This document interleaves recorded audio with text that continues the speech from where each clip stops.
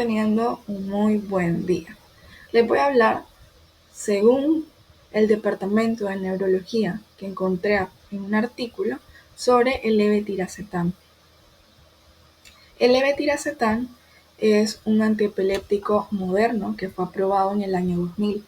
Es una muy buena opción para las epilepsias que son parciales y generalizadas, sobre todo en aquellos pacientes los cuales tienen una refractariedad o bien que apenas está iniciando su diagnóstico hace muy poco.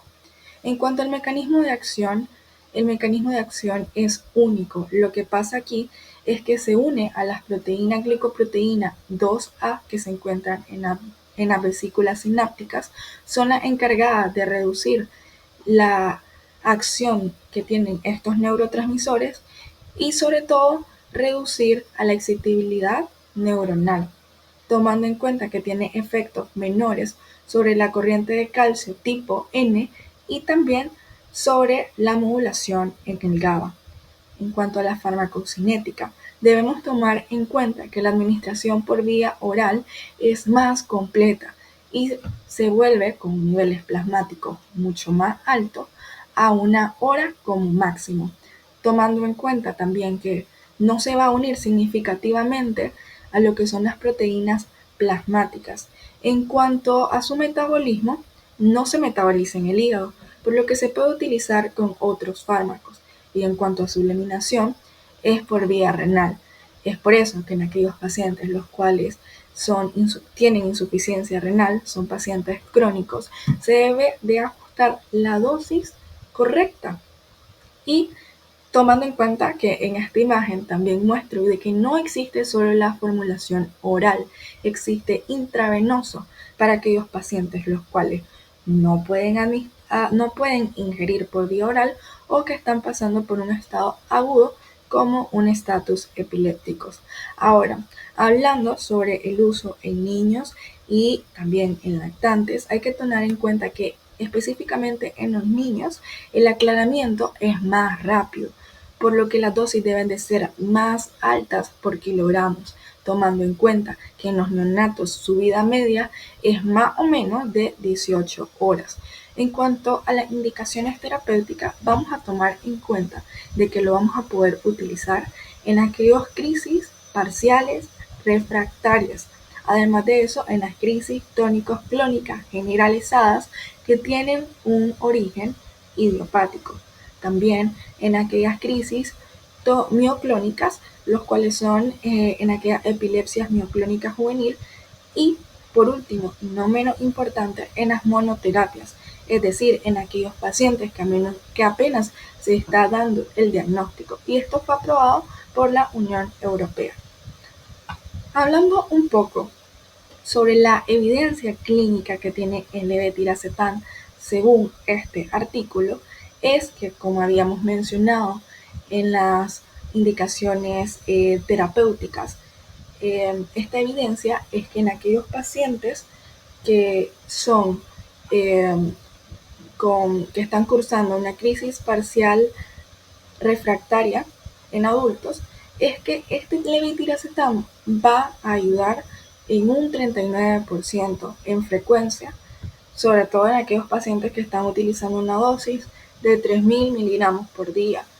Vamos a tomar en cuenta de que de todos los pacientes que están pasando por la crisis parcial refractaria, el 50% o mayor al 50% de los que estén utilizando este fármaco les va a funcionar. Ahora, las crisis parciales en niños van a tener una evidencia con el uso del tratamiento que va a ayudar a que esto disminuya en un 43% de los pacientes que estén utilizando este fármaco, tomando en cuenta que van a tener una respuesta significativa cuando se utiliza 60 miligramos por kilogramo por día. Ahora bien, la monoterapia, vamos a tomar en cuenta de que esta levetiracetam va a tener casi que el mismo resultado que la carbamazepina y va a ayudar aproximadamente en un 73% en aquellos pacientes que la estén utilizando ya cuando tienen 6 meses de utilización. En cuanto a las crisis tónico-clónicas generalizadas, va a haber una reducción del 56% en frecuencia semanal, tomando en cuenta que un 34% de los pacientes va a estar libre de las crisis. Y por último, y no menos importante, las crisis mioclónicas va a ayudar el levetiracetam en un 58% o mayor al 50% de los pacientes que estén utilizando este fármaco. Había mencionado que las crisis mioclónicas también son epilepsias mioclónicas juvenil y se ha visto que ha logrado al menos un 16% de libertad total de este tipo de crisis. En cuanto a los efectos adversos, hablando un poco generalizado, es que puede dar lo que son mareos, astenia, somnolencia o incluso infecciones leves. En cuanto a los efectos adversos psiquiátricos, va a dar al paciente agresividad, nerviosismo, puede dar también depresión e incluso irritabilidad. Y es mucho más común en aquellas personas que tienen un retraso cognitivo o en aquellos pacientes que ya son diagnosticados o tienen antecedentes psiquiátricos. En cuanto a las ventajas, tomando en cuenta lo que he mencionado anteriormente, es que no es necesario un control de nivel plasmático todos los días.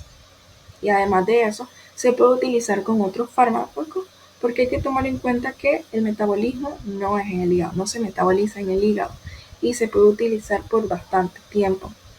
Tiene alternativas de uso tanto en pacientes ancianos, en pacientes postquirúrgicos o en pacientes que ya tienen alguna comorbilidad base. Como había mencionado, en pacientes con insuficiencia renal, lo único que se le hace es que se va a disminuir la dosis o se va a ir ajustando dependiendo a cómo esté aceptando el cuerpo el levetiracetam para estas crisis epilépticas. En cuanto a la dosis y administración, debemos de tomar en cuenta que, como todo fármaco, siempre hay una dosis inicial. En este caso es 500 miligramos y se puede ir ajustando de 250 a 1500 miligramos 2 veces al día, dependiendo de la tolerancia e eficacia que tenga el paciente. Se recomienda que cuando se vaya a retirar el fármaco del levetiracetam se haga progresivamente, porque como todo fármaco puede tener un efecto rebote. Y en los niños y en lactantes es mejor la administración por vía oral del levetiracetam, tomando en cuenta que sean menores de 6 años.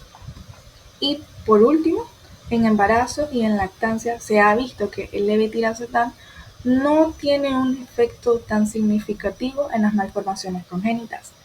Sin embargo, debemos de tomar un monitoreo clínico, que esto es recomendado porque las concentraciones plasmáticas del levetiracetam suben cuando la mujer está embarazada y tomando en cuenta que se puede excretar en la leche materna. Entonces, aquí es donde se valora riesgo-beneficio del uso del levetiracetam. Pero ya para finalizar, hay que tomar en cuenta que el levetiracetam es bastante seguro y eficaz para muchas formas de epilepsia.